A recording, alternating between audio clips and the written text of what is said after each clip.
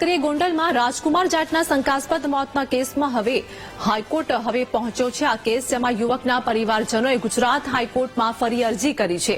CBI તપાસ પોલીસની કામગીરી મુદ્દે તપાસ કરવા અરજી કરવામાં આવી છે। પોસ્ટમોર્ટમ અને ફોરેન્સિક રિપોર્ટમાં વિસંગતતાની તપાસ કરવા માંગ કરવામાં આવી રહી છે। પોસ્ટમોર્ટમ રિપોર્ટમાં 17 જ્યારે ફોરેન્સિક રિપોર્ટમાં 42 ઈજા જોવા મળી છે।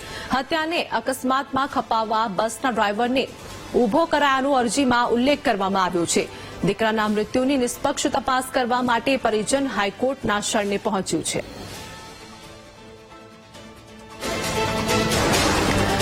તો દીકરાના મૃત્યુની નિષ્પક્ષ તપાસ માટે પરિજન હવે હાઈકોર્ટના શરણે પહોંચ્યું છે। આ સાથે જ ગોંડલમાં રાજકુમાર જાટના શંકાસ્પદ મોતના કેસ હવે હાઈકોર્ટમાં અપીલ કરવામાં આવી છે। યુવકના પરિવારજનોએ ગુજરાત હાઈકોર્ટમાં અરજી પણ કરી છે અને આ સાથે જ સીબીઆઈ તપાસ પોલીસની કામગીરી મુદ્દે તપાસ કરવા પણ અરજી દાખલ કરવામાં આવી છે।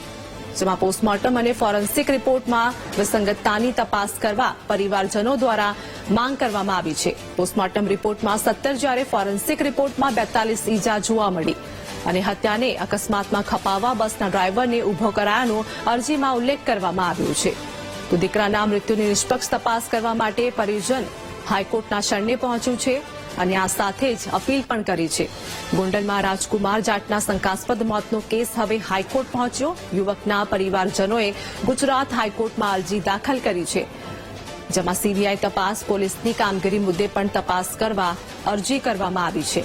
આ સાથે જ પોલીસ સામે પણ અનેક આક્ષેપ કરવામાં આવ્યા હતા। પરિવારજનોએ આક્ષેપ કર્યા હતા અને સીબીઆઈ રિપોર્ટ અને પોલીસ અંગે પણ હાલ તપાસ કરવા પરિવારજનોએ માંગ કરી છે। જેમાં હત્યાને અકસ્માતમાં ખપાવવા બસના ડ્રાઈવરને ઉભો કરાયાનો પણ અરજીમાં ઉલ્લેખ કરવામાં આવ્યો છે। તો દીકરાના મૃત્યુની નિષ્પક્ષ તપાસ કરવા માટે પરિવારજનોએ હવે હાઈકોર્ટનો દ્વાર ખખડાવ્યો છે। સંવાદદાતા પાર્થ અમારી સાથે જોડાઈ ગયા છે। ગોંડલમાં રાજકુમાર જાટના શંકાસ્પદ કેસને લઈને હવે હાઈકોર્ટના દ્વાર ખખડાવવામાં આવ્યા। શું વધુ હાલની અપડેટ? જે રીતની વાત કરવામાં આવે તો ગોંડલમાં જયરાજસિંહ જાડેજાના બંગલામાં મારામારીનો કેસની વાત સામે આવી છે, જેમાં રાજકુમાર જાટ નામના યુવકનું મૃત્યુ થયું હતું। મૃત્યુની વાત કરવામાં આવે તો પોલીસ થિયરી પ્રમાણે તેનું મૃત્યુ હાઈવે ઉપર જયારે ચાલતો જતો હતો ત્યારે ટ્રાવેલર્સે એક્સિડન્ટ કરીને તેમને ટક્કર મારીને તેમનું મૃત્યુ થયું હોવાની પોલીસ થિયરીમાં સામે આવ્યું છે। પરંતુ જે પેનલ રિપોર્ટ જે પીએમના રિપોર્ટ સામે આવ્યા છે, પીએમના રિપોર્ટમાં પહેલા રિપોર્ટમાં 17 ઈજા હતી અને બીજા રિપોર્ટમાં 42 જેટલી ઈજા હતી।